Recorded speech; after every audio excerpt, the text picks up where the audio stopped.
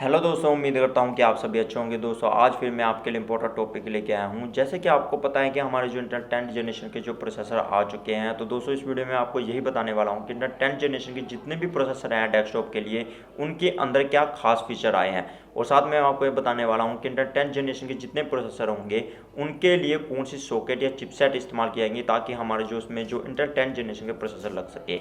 या हम इसे ऐसे बोल सकते हैं, ऐसे कौन से मदरबोर्ड होंगे जिनके अंदर वो चिपसेट या सॉकेट होगी, तभी हम इंटेल 10th जनरेशन के जो प्रोसेसर लगा सकते हैं, चाहे वो i3 हो, i5, i7 या फिर i9।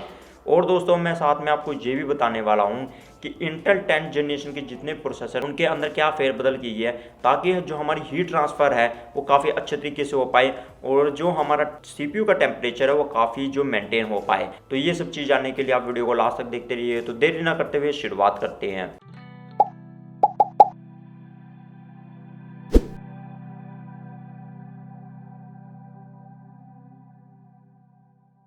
दोस्तों सबसे पहले हम बात करते हैं इंटेल 10th जनरेशन के जितने भी हमारे डेस्कटॉप के लिए प्रोसेसर आए हैं वो कितने नैनोमीटर बेस पर बने हुए हैं। वो दोस्तों जो हमारे बने हुए हैं वो बने हुए हैं 14 नैनोमीटर बेस पर दोस्तों जैसे मैंने आपको पहले बताया था कि जो हमारे इंटेल के जितने भी 10th जनरेशन के जितने प्रोसेसर आएंगे वो 10 नैनोमीटर बेस पर होंगे। पर फिलहाल जो 10 नैनोमीटर पर जो प्रोसेसर बने हुए वो सिर्फ आए हैं हमारे सिर्फ लैपटॉप के लिए। पर अभी फिलहाल जितने भी डेस्कटॉप वर्जन में है वो 14 नैनोमीटर बेस पर ही प्रोसेसर है। और उसका जो कोड नेम रखा गया है, जितने भी हमारे डेस्कटॉप वर्जन में 14 नैनोमीटर बेस्ड जो प्रोसेसर है उसका कोड नेम है कोमेट लेक। तो दोस्तों अब हम बात करते हैं कि जितने भी हमारे 10th जनरेशन के जो प्रोसेसर आए हैं वो कौन सी चिपसेट पर काम करेंगे। तो दोस्तों वो जितने भी हमारे इंटेल 10th जनरेशन के जितने भी प्रोसेसर है वो जो काम करेंगे वो 400 सीरीज के जितनी भी चिपसेट होगी उस पर काम करेंगे, चाहे वो H400 सीरीज हो या फिर मान लीजिए Z400 सीरीज हो, तो वो है उस पर काम करेंगे हमारे जितने भी इंटेल 10th जनरेशन के जितने प्रोसेसर होंगे। तो दोस्तों अब हम बात करते हैं कि इंटेल 10th जनरेशन के जितने प्रोसेसर हैं डेस्कटॉप के लिए उसके लिए कौन सी सॉकेट इस्तेमाल की जाएगी। दोस्तों जैसे आपको पता ही है कि जितनी भी हमारी 6, 7, 8 और 9 जनरेशन थी वो जो है LJ 1151 सॉकेट पर काम करती थी। पर अब फिलहाल दोस्तों ऐसा नहीं होगा कि जितनी भी हमारी सॉकेट होगी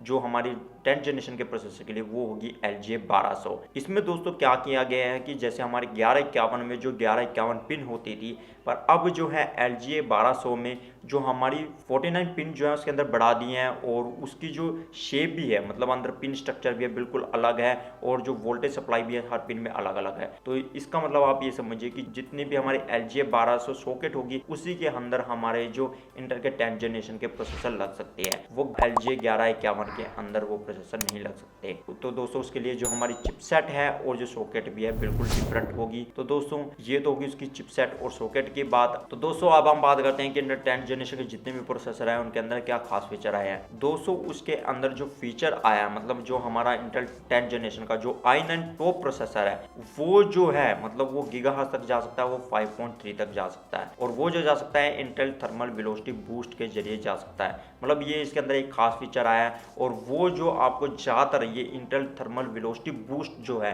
वो आपको सिर्फ जितने भी i9 प्रोसेसर होंगे 10th जनरेशन में उनके अंदर देखने को ही मिलेगा। उसके बाद दोस्तों हम बात करते हैं कि इसके अंदर जो और क्या खास फीचर आया है। इसके अंदर जो खास फीचर आया है वो आया है Intel turbo boost max technology 3.0। ये आपको दोस्तों जो ज़्यादातर है जितने भी हमारे i9 या i7 प्रोसेसर होंगे उनके अंदर ये टेक्नोलॉजी देखने को मिल जाएगी। उसके बाद दोस्तों जो इसमें खास फीचर आया है वो सबसे ज़्यादा ये चीज़ है कि जितने भी हमारे i3 से लेकर चाहे वो i3 हो, i5 हो, i7 हो, i9 हो, उनके अंदर आपको हाइपर थ्रेडिंग देखने को मिल जाएगी। मतलब आपके जितने भी डेस्कटॉप वर्जन के सभी प्रोसेसर होंगे उसके अंदर हाइपर थ्रेडिंग आपकी सब प्रोसेसर में होगी। पहले क्या होता था कि जितने भी जनरेशन के प्रोसेसर होते थे उनमें कुछ मॉडल के अंदर ही जो हाइपर थ्रेडिंग इनेबल होती थी, पर अब क्या है दोस्तों कि हमारे i3 के अंदर हाइपर थ्रेडिंग इनेबल होगी, i5 के अंदर भी और i7 के अंदर भी और i9 के अंदर भी। पहले जो होती थी टॉप जो प्रोसेसर होते थे जैसे i7, i9 उनके अंदर ही होती थी, या i3 या i5 के कुछ मॉडल के अंदर ही हाइपर थ्रेडिंग इनेबल होती थी। पर अब जैसे दोस्तों इंटेल 10th के जितने भी प्रोसेसर होंगे उनके अंदर सब हाइपर थ्रेडिंग आपको इनेबल मिलेगी। और दोस्तों इसमें क्या खास फीचर आए हैं कि हम उसका जो टॉप जो प्रोसेसर होंगे जो i9 के जितने भी प्रोसेसर हैं 10th जनरेशन में उनके अंदर जो 10 कोर आपको मिलेंगे और साथ में उसमें आपको क्या मिलेगा कि मैक्स 20 MB की आपको कैच मेमोरी मिलेगी। तो ये जो हमारे उसके अंदर खास फीचर आया है दोस्तों। उससे बाद जैसे मैंने आपको बता ही दिया है कि इंटेल के जितने भी हमारे जो 10th जनरेशन के प्रोसेसर होंगे वे 400 सीरीज के चिपसेट पर काम करेंगे और उससे बाद जो अगला फीचर है वो है 2.5G की, मतलब उसकी इंटरनेट कनेक्टिविटी है, मतलब काफ़ी स्पीड अच्छी होगी। मतलब जितने भी आप 100 मेगाबिट्स पर सेकंड की जो आपकी इंटरनेट स्पीड आती है उसमें आपको काफ़ी अच्छी स्पीड देखने को मिलेगी, जिससे आप डाउनलोडिंग काफ़ी अच्छे तरीके से कर सकते हैं। और उसके अंदर दोस्तों अगला जो आपको न्यू फीचर देखने को मिलता है, इंटेल 10th जनरेशन के जितने भी हमारे प्रोसेसर है उसके अंदर आपको इंटीग्रेटेड वाईफाई मिलेगा, या कहें कि उसके अंदर जो वाईफाई 6 मिलेगा, या हम उसे गिग प्लस भी बोल सकते हैं। वैसे जो इसका ओरिजिनल नेम है वो जो है IEEE 802.11ax है, पर इसको कोड नेम में मतलब शॉर्ट फॉर्म में लिख दिया इसे वाईफाई 6। और जितने भी हमारे पुराने नेटवर्क होते थे वो होते थे 2.4 पर गीगाहर्ट्ज पर काम करते थे और 5 गीगाहर्ट्ज पर काम करते थे। पर ये जो होगा इंटेल का 6 मतलब वाईफाई 6 जो होगा, इंटीग्रेटेड जो चिपसेट होगी जो हमारे प्रोसेसर के अंदर इनबिल्ट होगी, ये जो है 6 गीगाहर्ट्ज पर काम करेगी। मतलब आपको जो इंटरनेट स्पीड वाईफाई के जरिए बहुत ही अच्छी मिलने वाली है, या कहें कि आप जो डाटा ट्रांसफर या रिसीव कर सकते हैं वो काफ़ी तेज़ी से कर सकते हैं वाईफाई के थ्रू। पर दोस्तों इसके लिए आपके जो हार्डवेयर होने भी ज़रूरी हैं, तभी ये जो आपके फंक्शन काम करेगा। और दोस्तों इसके अंदर जो और खास फीचर है पर वो जो है पुरानी जनरेशन के अंदर भी थे, वो थे इंटेल परफॉर्मेंस ट्यूनिंग सपोर्ट। और दोस्तों इसके अंदर क्या है कि जो ये प्रोसेसर जितने भी होंगे i3 से लेकर i9 तक, वो 40 PCI जो कार्ड होते हैं वो सपोर्ट कर सकते हैं। पर जैसे हमें पता है कितने ज़्यादा कार्ड कौन इस्तेमाल करता है। और उससे बाद दोस्तों जो इसके अंदर और ख़ास फीचर है वो ये है कि इसके अंदर आपको थंडरबोल्ट सिम का सपोर्ट मिलेगा। मतलब उसमें क्या आप 40 गीगाबिट्स पर सेकंड में अपना जो डाटा ट्रांसफर कर सकते हैं। इसमें क्या होगा दोस्तों कि जितने भी आपके इंटेल 10th जनरेशन के जितने भी प्रोसेसर होंगे वो 4 थंडरबोल्ट USB सपोर्ट करेंगे, मतलब थंडरबोल्ट C सपोर्ट करेंगे। और दोस्तों इसके अंदर और क्या चीज़ है, इसके अंदर जो और आपको फीचर देखने को मिलेगा कि इसमें जो इंटेल ऑक्टेन मेमोरी होती है वो पुराने में भी वैसे सपोर्ट करती थी और इसमें भी सपोर्ट करेगी। और दोस्तों आपको इसके अंदर और क्या खास फीचर मिलने वाला है, मतलब 10th जनरेशन में इसमें जो है आपके डिस्प्ले मतलब जो पोर्ट सपोर्ट करेगा वो करेगा डिस्प्ले पोर्ट 1.4, और जो आपके HDMI होगा वो जो वर्जन सपोर्ट करेगा 2.0B वर्जन। मतलब आपको इसमें जो सपोर्ट देखने को मिलेगा जिसमें आपके 4K की वीडियो भी है काफ़ी अच्छे तरीके से चलेगी, और साथ में आप जो है अपनी जो फोटो और वीडियो का काफ़ी अच्छे तरीके से मजे ले सकते हैं। दोस्तों अब हम बात करते हैं जो हमारे इंटेल के 10th जनरेशन के जितने प्रोसेसर हैं उनके अंदर क्या चेंजेस किए गए हैं ताकि हमारी जो उसके अंदर हीट ट्रांसफर है काफ़ी अच्छे तरीके से हो सके और उसका जो टेम्परेचर है काफ़ी मेंटेन हो सके। तो दोस्तों उसमें किया क्या गया है कि जितने भी आपको जैसे पता है कि जो हमारी इंटेल का प्रोसेसर होता है, मतलब उसमें जो हमारी डाई होती है, डाई में क्या होता है कि बिलियंस ऑफ ट्रांजिस्टर होते हैं। पहले जो डाई होती थी वो काफ़ी उसकी जो मोटाई होती थी, मतलब उसके ऊपर सिलिकॉन की काफ़ी परत होती थी, पर वो अब इतने एक्यूरेट तरीके से मतलब वो थिन कर दी गई है ताकि जो हमारे ट्रांजिस्टर की जो हीट है, मतलब जो हमारा शोल्डरिंग होता है जिसे हम स्टिम बोलते हैं, स्टिम का यहाँ पे मतलब होता है शोल्डर थर्मल इंटरफेरेंस मटेरियल। जैसा आपको पता है कि जो डाई के ऊपर जो हमारा इंटरफेरेंस मटेरियल होता है ताकि जो उसकी हीट है हमारे जो इंटीग्रेटेड हीट स्प्रेडर तक पहुँच सके।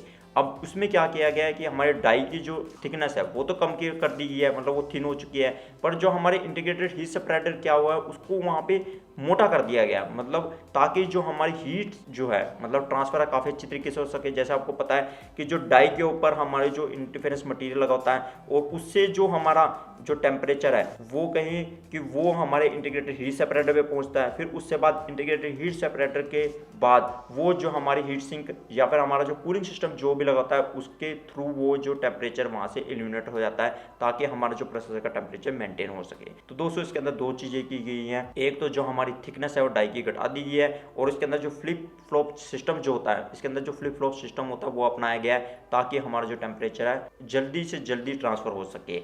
और जो हमारी थिकनेस होती है जो इंटीग्रेटेड हीट सेपरेटर की वो बढ़ा दी गई है, मतलब वो थिन कर दिया, काफ़ी मोटाई में कर दिया गया है, जिसकी वजह से क्या होगा कि हमारी हीट स्प्रेड है जो बहुत जल्दी होगी और क्या होगा कि उसका जो टेम्परेचर है बहुत अच्छा मेंटेन हो पाएगा। तो दोस्तों उसके अंदर ये जो चीज़ हुई है ताकि जो हमारे इंटेल 10th जनरेशन के जितने प्रोसेसर हैं उसके अंदर जो टेम्परेचर है काफ़ी अच्छा मेंटेन हो सके और हैवी जो टास्क है हम बहुत बड़े तरीके से कर पाएँ और उसका टेम्परेचर जो है काफ़ी ज़्यादा ना बढ़ पाए। तो दोस्तों अब हम बात करते हैं इंटेल 10th जनरेशन के जितने भी प्रोसेसर है, चाहे वो i3 हो, i5, i7 या i9, उनके अंदर जो बेस फ्रिक्वेंसी क्या होगी, वो मैक्सिमम कितनी फ्रिक्वेंसी तक जा सकते हैं, या जो इनमें जो मैक्सिमम मेगाहर्ट्ज कितने तक सपोर्ट करेंगे रैम में, और जो इनके अंदर मतलब कोर और थ्रेड्स होंगे कितने होंगे और कैche मेमोरी कितनी होगी, और इनके अंदर जो इंटेल का जो इंटीग्रेटेड ग्राफिक्स होगा वो कौन सा होगा।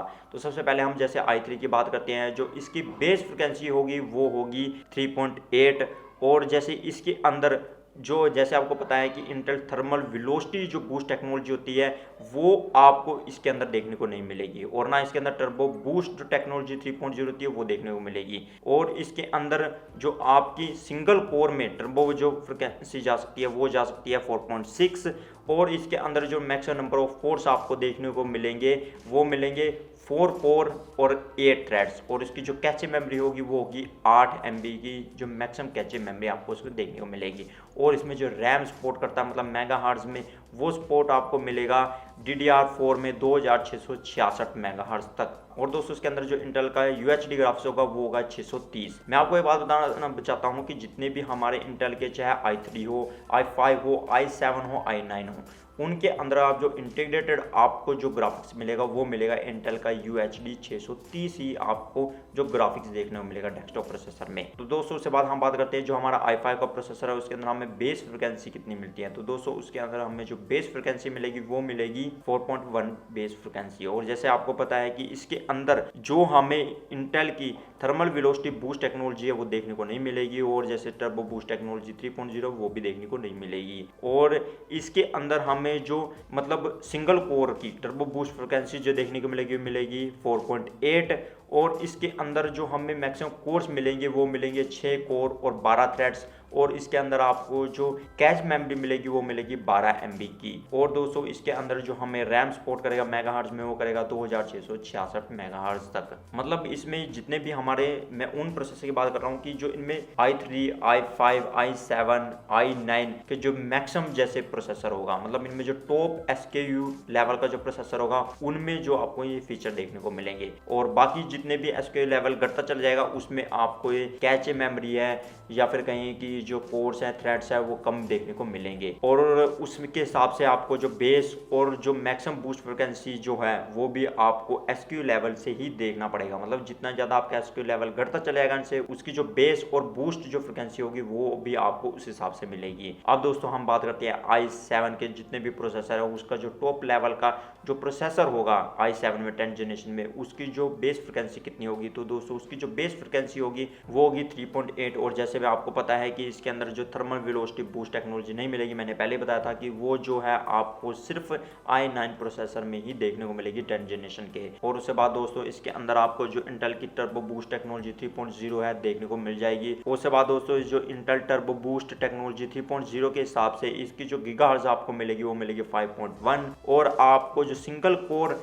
टर्बो फ्रिक्वेंसी मिलेगी जो आपको वो मिलेगी 5.0 मतलब सिंगल कोर में। और इसमें दोस्तों आपको जो आपको कोर्स मिलेंगे वो मिलेंगे 8 कोर्स और 16 थ्रेड, और इसकी जो कैश मेमोरी भी होगी मतलब मैक्सिमम SKU लेवल की वो होगी 16 MB की कैश मेमोरी। और दोस्तों इसके अंदर जो आपके रैम सपोर्ट करेगा मतलब मेगाहर्ट्ज में i7 10th जनरेशन में वो करेगा 2933 मेगाहर्ट्ज। और दोस्तों अब हम बात करते हैं i9 प्रोसेसर के बारे में जो इंटेल के 10th जनरेशन में उसमें आपको जो बेस फ्रिक्वेंसी देखने को मिलेगी मिलेगी 3.7। और दोस्तों इसके अंदर आपको जो थर्मल वेलोसिटी बूस्ट टेक्नोलॉजी देखने को मिलेगी मतलब सिंगल कोर में वो मिलेगी आपको 5.3, और ये तब ही हो पाएगा जब आप कोई लिक्विड सिस्टम इस्तेमाल करेंगे इस प्रोसेसर को चलाने के लिए ताकि इसका टेम्परेचर मेंटेन रहे, और ये तभी आपकी 5.3 आएगी जब आपका टेम्परेचर 70 डिग्री से बिलो होगा, तभी आपका ये जो 5.3 की है सिंगल कोर का दिखाएगा। और दोस्तों इसमें और क्या दोस्तों है कि इसके अंदर आपको इंटेल टर्बो बूस्ट टेक्नोलॉजी 3.0 भी देखने को मिलेगी जिसमें क्या होगा कि आपका जो गीगाहर्ट्ज होगा 5.2 तक जा सकता है। और दोस्तों इसके अंदर आपको Intel single core turbo frequency है जो 5.1 तक मिलेगी। और दोस्तों इसमें क्या होगा कि आपको जो मैक्सिमम कोर्स मिलेंगे वो 10 कोर्स और आपको 20 थ्रेड मिलेंगे, और इसकी जो मैक्सिमम कैचे मेमोरी होगी 20 MB की। और यहाँ पे जो DDR4 जो रैम सपोर्ट करेगा और उसमें जो मेगाहर्ट्ज सपोर्ट करेगा वो करेगा 2933 मेगाहर्ट्ज। और तो दोस्तों ये होगी इनकी डिटेल, इनकी फर्दर और डिटेल मैं आपको नेक्स्ट वीडियो में बताऊंगा क्योंकि ये काफ़ी वीडियो लंबी हो जाएगी। और दोस्तों मैं साथ में आपको ये बताना चाहता हूँ कि जितने भी हमारे इंटेल के 10th जनरेशन के जो प्रोसेसर आए हैं उनकी जो TDP भी बहुत होने वाली है जिसे हम थर्मल डिज़ाइन पावर बोलते हैं। जितने भी हमारे अनलॉक प्रोसेसर होंगे उनकी जो TDP होगी वो होगी 125 वाट की, और जैसे कि मान लीजिए चाहे i9 में हुआ या मान लीजिए i7 में हुआ। और जैसे दोस्तों अगर मान लीजिए कि जितने भी प्रोसेसर होंगे बाकी सभी जो होंगे उनकी जो TDP होगी 65 वाट की, मतलब जितने भी K से अलावा मतलब जितने भी प्रोसेसर होंगे इनकी जो TDP आपको 65 वाट देखने को मिल जाएगी। और जिनकी भी TDP दोस्तों जो 125 वाट की है उनमें आपको जो कूलिंग सिस्टम चाहिए होगा बहुत ही अच्छा चाहिए होगा, तभी आपके प्रोसेसर जो है बहुत अच्छे तरीके से काम कर पाएंगे। और दोस्तों जिनके साथ डेस्कटॉप वर्जन के साथ T लगा हुआ जितने भी प्रोसेसर हुए चाहे i3 या i5 या i7 या i9 में, वो जो है आपके 35 वाट बेस पर जो प्रोसेसर होंगे। यहाँ पे T का मतलब होता है पावर ऑप्टिमाइजेशन लाइफस्टाइल। तो समझिए कि यहाँ पे T का मतलब जितने प्रोसेसर में होगा कि उनका 35 वाट, TDP जिनके साथ कुछ भी नहीं लगा हुआ तो उनका जो है 65 वाट होगा। और जिनके साथ K लगा हुआ, मतलब K जो लगा हुआ, KF हुआ या K हुआ, तो उनका जो आपको TDP मिलेगा वो मिलेगा 125 वाट का।